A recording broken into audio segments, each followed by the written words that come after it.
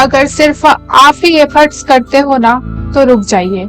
आज शाम को उस इंसान को मैसेज मत करिए जिनसे आप हर रोज बात करते हैं। उन्हें ये मत बताना कि आपका दिन कैसा गया, ना ही उनसे उनका हाल पूछना। बस चुप हो जाओ। अगर अगले 2 दिन 3 दिन या 1 हफ्ते तक उनका मैसेज या कॉल नहीं आता तो आपको जवाब मिल जाएगा कि आपका उस रिलेशनशिप में क्या वैल्यू है। हम सबकी लाइफ में एक ऐसा वक्त आता है जब हमें एहसास होता है कि हम एक ऐसी जगह पे फंसे हैं जहां सिर्फ हम अकेले चल रहे हैं, और जैसे ही हम अपने साइड से बंद करते हैं सब कुछ रुक जाता है। जब आप किसी से सच में जुड़े होते हो तो चाहे वो आपका पार्टनर हो, कोई दोस्त हो, कोई फैमिली मेंबर हो, आप एफर्टलेसली उनके लिए चीजें करते हो। आप उनकी छोटी छोटी बातों को याद रखते हो, उनके बुरे वक्त में उनके साथ खड़े होते हो, उनके लिए प्लान बनाते हो और मिसअंडरस्टैंडिंग को क्लियर करने के लिए हमेशा सबसे पहले आप ही एफर्ट्स डालते हो। लेकिन दिक्कत तब शुरू हो जाती है जब ये सब कुछ वन वे बन जाता है।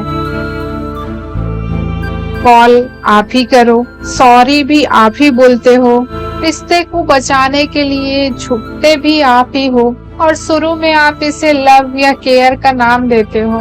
आप सोचते हो कोई बात नहीं, शायद वो बिजी होंगे, ऐसा ही उनका नेचर है। लेकिन सच ये है कि हम अक्सर लोगों के बिजी होने और उनका इंटरेस्ट ना होने के बीच का फर्क देखना नहीं चाहते। जब आप किसी भी रिश्ते में अकेले एफर्ट्स डालते रहते हो तो ये ग्रेजुअली ये आपको अंदर ही अंदर खोखला करने लगती है। इसका असर 3 तरीकों से हो सकता है। सेल्फ डाउट, आप सोचने लग जाते हो कि शायद आप में ही कोई कमी है। क्या मैं बोरिंग हूँ? क्या मैंने कुछ गलत कह दिया? आप दूसरे इंसान के इनडिफरेंस को अपनी कमी समझने की भूल कर लेते हो। आप दूसरे इंसान की इनडिफरेंस को अपनी कमी समझने की भूल कर देते हो। सेकंड, टेंशन और थकावट। जो रिश्ता आपको सुकून देना चाहिए वो आपकी एंजाइटी की वजह बन जाता है। आप हर वक्त ये कैलकुलेट करते रहते हो कि अगली बार क्या करें ताकि वो इंसान दूर ना हो जाए। लॉस ऑफ सेल्फ रिस्पेक्ट, बार बार ऐसी जगह जाते हो जहां आपकी कदर ही नहीं है तो आप धीरे धीरे अपनी नजर में अपनी वैल्यू कम करने लगते हो। जो भी ऐसे रिश्ते में हैं, आखिर हम छोड़ क्यों नहीं पाते? शायद इनका रीजन है क्यों हम बार बार वही गलती करते रहते हैं। इसका जवाब है साइकोलॉजी में संक कॉस्ट फैलेसी। हम सोचते हैं कि हमने इस रिश्ते में इतना वक्त, इतनी एनर्जी और इतने फीलिंग से इन्वेस्ट कर दिए हैं कि अब पीछे हटना मतलब वो सब वेस्ट हो जाना। हमें लगता है कि थोड़ा और एफर्ट्स डाल लेंगे तो शायद सब ठीक हो जाएगा। लेकिन एक बात हमेशा याद रखिए, आप किसी को फोर्स नहीं कर सकते कि वो आपको वैसी प्रायोरिटी दे जैसी आप उन्हें देते हो। अटेंशन मांगी नहीं जाती और प्यार भीख में नहीं मिलता। अगर मांगना पड़ रहा है तो समझो वो आपका है ही नहीं। तो फिर ऐसे में आप क्या करोगे? अगर आप इस सिचुएशन में हो तो आपको आगे क्या करना चाहिए?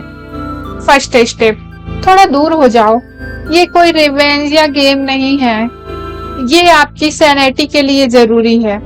उन्हें स्पेस दो। अगर वो सच में आपकी प्रेजेंस को मिस करते हैं तो वो आपसे रीच आउट करेंगे, और अगर वो नहीं करते तो आपको आपका आंसर मिल गया। सेकंड है स्टॉप ओवर एक्सप्लेनिंग योरसेल्फ। जो इंसान आपको समझना ही नहीं चाहता उसे आप कितनी भी लंबी पैराग्राफ भेज लो वो नहीं समझेगा। अपनी बातें और अपनी एनर्जी वहां लगाओ जहां उसे अप्रिशिएट किया जाए। थर्ड है रीडायरेक्ट योर एनर्जी।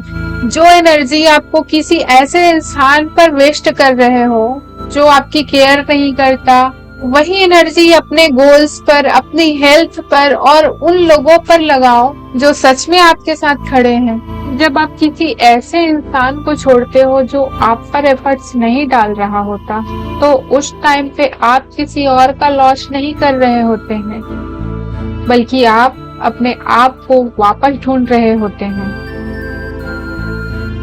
आप अपनी वर्थ को पहचानिए, उस जगह पर रहना बंद करिए जहां आप सिर्फ एक ऑप्शन हो, जबकि आप उन्हें अपनी प्रायोरिटी बना बैठे थे। तो ये वीडियो कैसा लगा मुझे कमेंट में जरूर बताएं। मिलते हैं नेक्स्ट वीडियो में।